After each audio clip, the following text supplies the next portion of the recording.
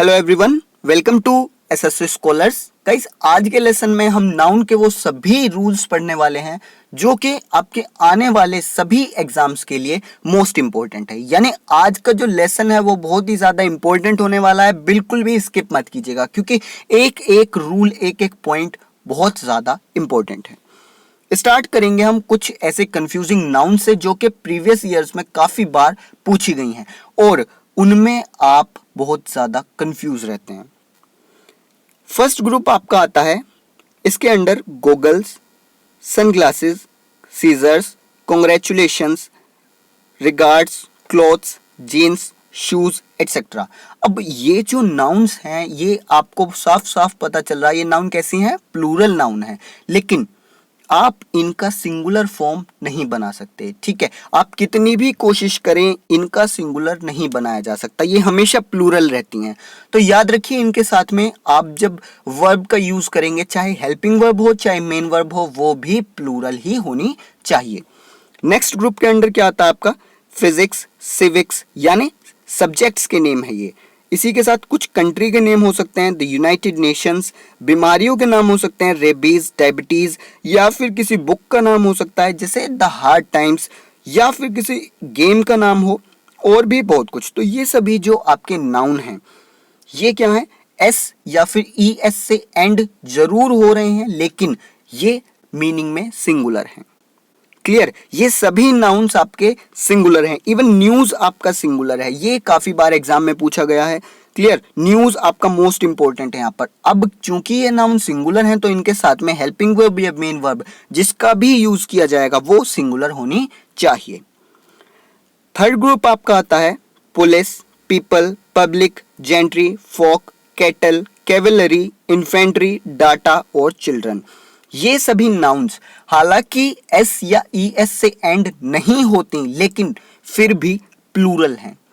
जैसे पुलिस क्या है, प्लूरल है, काफी बार एग्जाम में आया है। पुलिस, पब्लिक, पीपल, डाटा काफी बार एग्जाम में पूछा गया, मैं इवन बता नहीं सकता कितनी बार ये रिपीट किया गया है। तो ये सभी नाउन्स प्लूरल हैं, याद रखिए इनके साथ में हेल्पिंग वर्ब या मेन वर्ब जो भी आप यूज करेंगे वो प्लूरल में यूज कीजिए। नाउन से आपके इसी टाइप के क्वेश्चंस बनते हैं, या तो कुछ कंफ्यूजिंग नाउन से क्वेश्चन बनेंगे या फिर जो नाउन का आपका एपोस्ट्रोफी और एपोस्ट्रोफी एस वाला कॉन्सेप्ट है वहां से क्वेश्चंस बनते हैं कॉम्पिटिटिव एग्जाम्स में।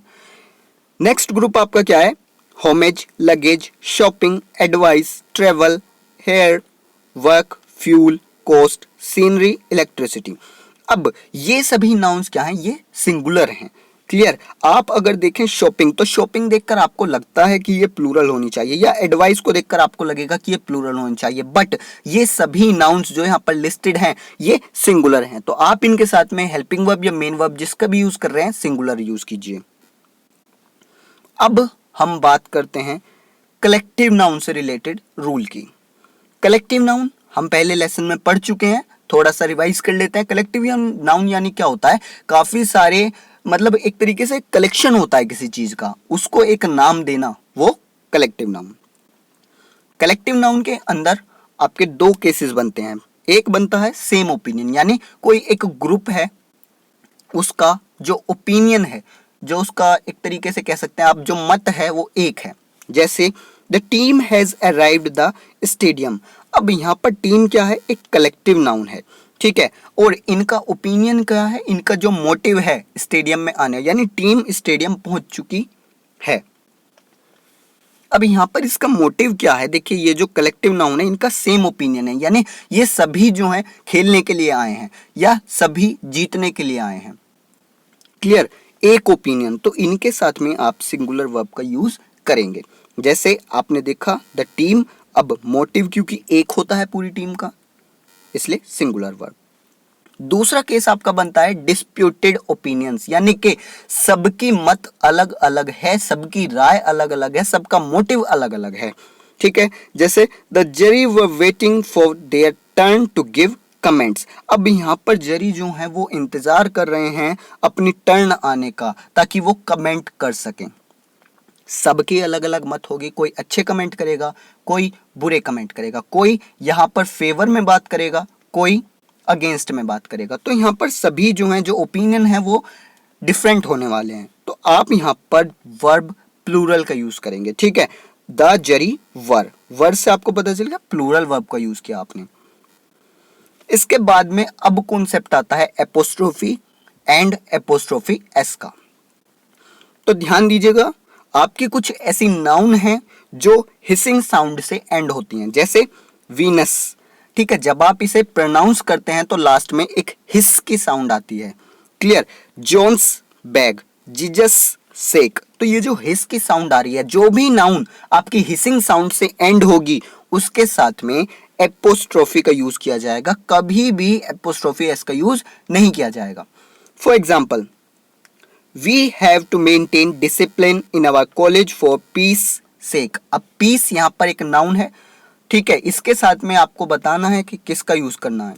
तो पीस, क्योंकि हिस की साउंड आ रही है तो आप सिर्फ एपोस्ट्रोफी का यूज करेंगे, क्लियर। नेक्स्ट एग्जांपल है, can you please just shut your mouth for God's sake. God, यहां पर कोई भी हिस साउंड नहीं आ रही, इसलिए एपोस्ट्रोफी एस का यूज हो गया, क्लियर। यूजेस समझ में आ गए आपको दोनों के। अब एपोस्ट्रोफी का यूज और कहां पर होता है, देखिए जो आपके काफी ऐसी प्लूरल नाउन होती हैं जो एस या फिर ई एस से एंड होती हैं, ठीक है, जैसे गर्ल्स, ठीक है, बॉयज, तो ये सभी नाउन्स प्लूरल हैं और अगर एस या ई एस से एंड हो रही हैं तो इनके साथ भी एपोस्ट्रोफी का यूज किया जाता है, सिर्फ एपोस्ट्रोफी एस का यूज नहीं किया जाता। जैसे boys are not allowed in girls hostel, clear, यहां पर गर्ल्स है, प्लूरल है और एस से एंड हो रहा है तो सिर्फ apostrophe. Mr Smith is the principal of boys college. अब बात आती है पजेसिव प्रोनाउंस की। पजेसिव प्रोनाउंस आपके क्या होते हैं, mine, his, yours, hers, ours, theirs. Possessive का मतलब ही है जब हम किसी चीज पर अधिकार जताना चाहते हैं या फिर किसी चीज से संबंध दिखाना चाहते हैं, ठीक है। जैसे मैं कहूं माइन बुक, यानी मेरी किताब, उस किताब पर अधिकार मेरा है, उसका जो संबंध है वो मुझसे है, ठीक है।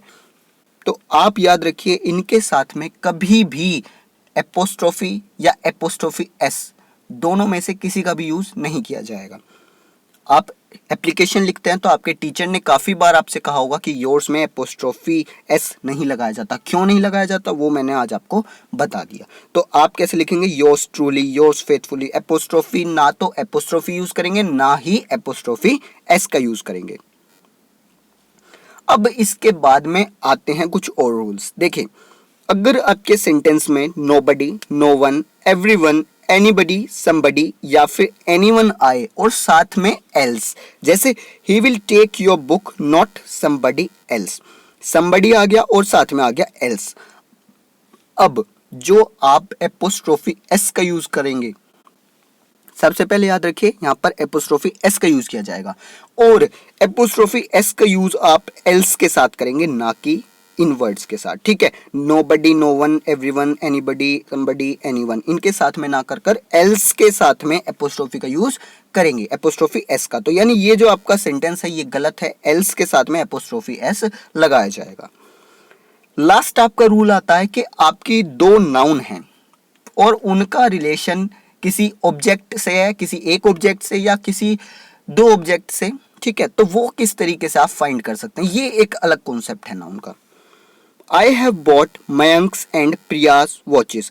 अब यहाँ पर दो नाउन हैं, मयंक और प्रिया, दोनों के साथ में एपोस्ट्रोफी एस का यूज किया गया, यानी दोनों की जो वॉचेस हैं, दोनों की जो घड़ियां हैं वो अलग अलग हैं, ठीक है। मयंक्स एंड प्रियास वॉचेस, ये आपको पता चल जाना चाहिए कि अगर दोनों के साथ अलग अलग एपोस्ट्रोफी एस है तो इन दो पर्सन्स के, दो नाउन के बीच में कोई भी रिलेशन नहीं है, दोनों की जो चीज के साथ रिलेशन है वो दोनों की अलग अलग है। यानी मयंक की वॉच अलग है, प्रिया की वॉच अलग है, मयंक प्रिया से किसी भी तरीके से रिलेटेड नहीं है।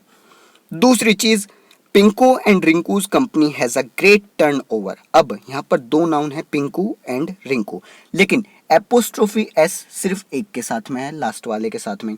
तो ये क्या कहना चाह रहा है कि पिंकू और रिंकू की कंपनी, ठीक है, यानी पिंकू और रिंकू की एक ही कंपनी है, दोनों की मिलकर, दोनों के बीच में कुछ रिलेशन है, ये यहाँ पर बताना चाह रहा है। अब अगर याद क्या रखना है यहाँ पर, अगर एपोस्ट्रोफी एस दोनों के साथ है तो आपकी इनके बाद जो नाउन आने वाली है जिसके साथ रिलेशन है वो हमेशा प्लूरल होगा, ठीक है। यानी मयंक और प्रिया की अलग अलग वॉच हैं तो दोनों की क्या हो गई, वॉचेस, यानी प्लूरल। यहाँ पर पिंकू और रिंकू की मिलकर एक कंपनी है, दोनों के बीच में रिलेशन है तो कंपनी कैसी हो गई, सिंगुलर। तो ये चीज आप ध्यान रखेंगे, इसमें काफी बार एरर एग्जाम में आ जाता है। आज के लेसन में इतने रखते हैं, मिलते हैं नेक्स्ट लेसन में। Thank you.